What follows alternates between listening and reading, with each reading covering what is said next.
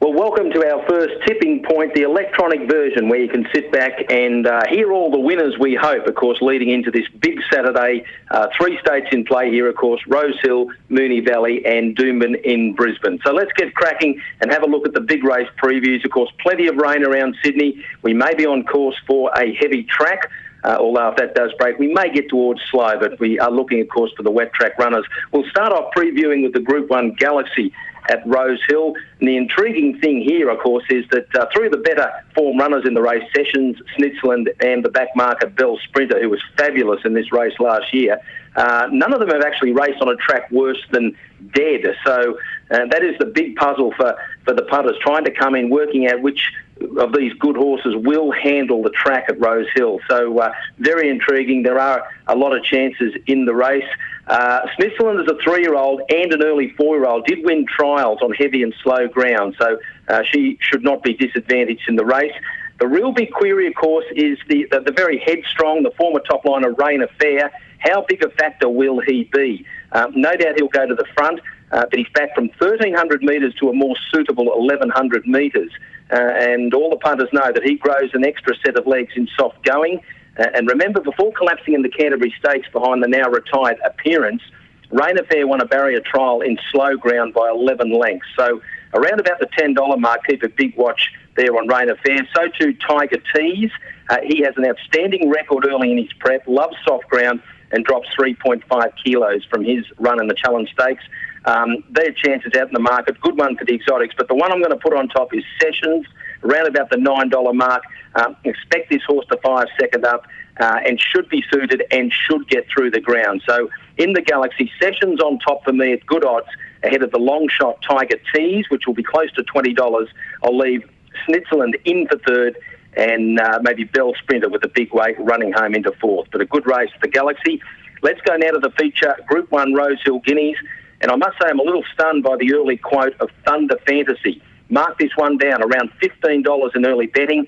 I had him marked half that price in what is no doubt a competitive and tricky renewal of the race. But after winning first up in the Autumn Stakes at Caulfield, Thunder Fantasy stepped to Group 1 company in the Australian Guineas and was only beaten 1.2 lengths behind Seamus Award. He then went under less than 4 lengths behind the champ Fioronte in the Group 1 Australian Cup, over 2,000 metres.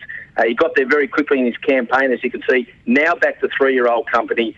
He looks beautifully placed here, of course, prepared by Anthony Cummings and ridden by Damien Oliver. Dissident, of course, last start winner, is in the mix. He's tough, good in soft ground. He'll get the trip. And two others that should be included in your exotic bets.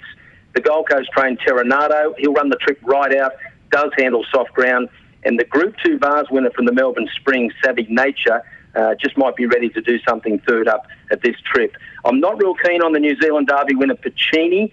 Is a smart horse, but I have a real query on the depth of the 3-year-old form coming into this race. I say it's a little bit questionable now, get 2,000 metres in Group 1 company. And, of course, Puccini, despite the fact that normally the Kiwis do handle soft ground, Puccini has actually never raced on a track worse than dead, so I think he's a real risk at the price. So summing it up, the Group 1 Rose Hill Guineas here on the tipping point at Way2bet. Thunder Fantasy at big odds on top for me to beat Terranado, also good value, leaving Dissident for third, and Savvy Nature for fourth. I'm leaving out the Kiwis. Let's go now to the Group 1 George Ryder, over 1,500 metres, a real big feature. And really this one comes down to what price you want to take about Red Tracer, the top mare who, as we know, has a phenomenal wet track record, already shortening in the market, and really it's hard to see anything else challenging. The Kiwi El Rocker, drawn wide, but is a chance. And the one that is over the odds for me is the 3-year-old, Eurozone. 3 from 3 in slow ground, and around about the $10 mark is good value each way, but very hard to see them beating Red Tracer here. And, of course, at Rose Hill, the last chance for the 2-year-olds to sneak into the Golden Slipper field. The Pago for the Colts is a very, very tough race to sort out. I was left with 6 winning chances in the race and really what should be about $5 the ball. So I'm steering around that one. I'm very more bullish on the Group 2 Magic Night for the fillies with a horse called Peggy Jean. Hasn't not raced on anything but a good track, but rolling the dice a little bit. But on a recent trial on dead ground, Peggy Jean produced a fabulous trial to buy my boy Charlie out of Lady Love. So, look, I'm hoping she handles the ground, but she has real quality and can find the line. And around about $7.50 to $8, I think Peggy Jean is way over the odds in the Group 2 Magic Night. So just summing up, my best bets at Rosehill on Saturday, go to race 3, number 2, Aerobatics. Don't miss this one. The form second up is the key here. Was good first up behind a time for Julia, and I cannot believe Aerobatics is out there at $13 or $14 in the early markets. I have it rated half that price. So race 3, number 2, Aerobatics each way. As I mentioned, race 4, number 9, Peggy Jean each way at around about the $7, $8 mark.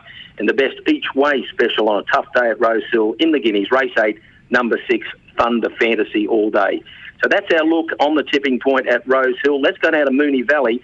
A very good 8-race card. Although rain is around there, we may go from dead down to slow. So watch the patterns early. The rail is out 5 metres, but a very competitive card. My best there, let's start with race 2, number 2, Elite L. Betting around about $5.56 mark. I have Elite L a little shorter. She's had 2 runs back. But the key here is coming back from listed class at 1,200 back to the 1,000 at the Valley, and there's plenty of speed on, so she doesn't have to sit right on the pace. She can just tuck in behind and have a crack at them when they straighten. So race 2, number 2, Elite L. Go to race 4, number 6, Hill Spy. Horse resuming from the Smurden Yard. Now, this is a horse that raced in good company last time in. I think the stable will be a little quieter with it this time. It's a 1,000-metre race, drawn wide, so the horse will go back. But Hill Spy can reel off a very, very slick closing 400 metres, and I think that's the best way to ride the horse. So at around about the $5 to $6 mark, good value, Hill Spy, race 4, number 6. One of the best bets on the Moonee Valley card for the tipping point, race 5, number 5, May's Dream. Very good staying filly, you'll remember from the spring.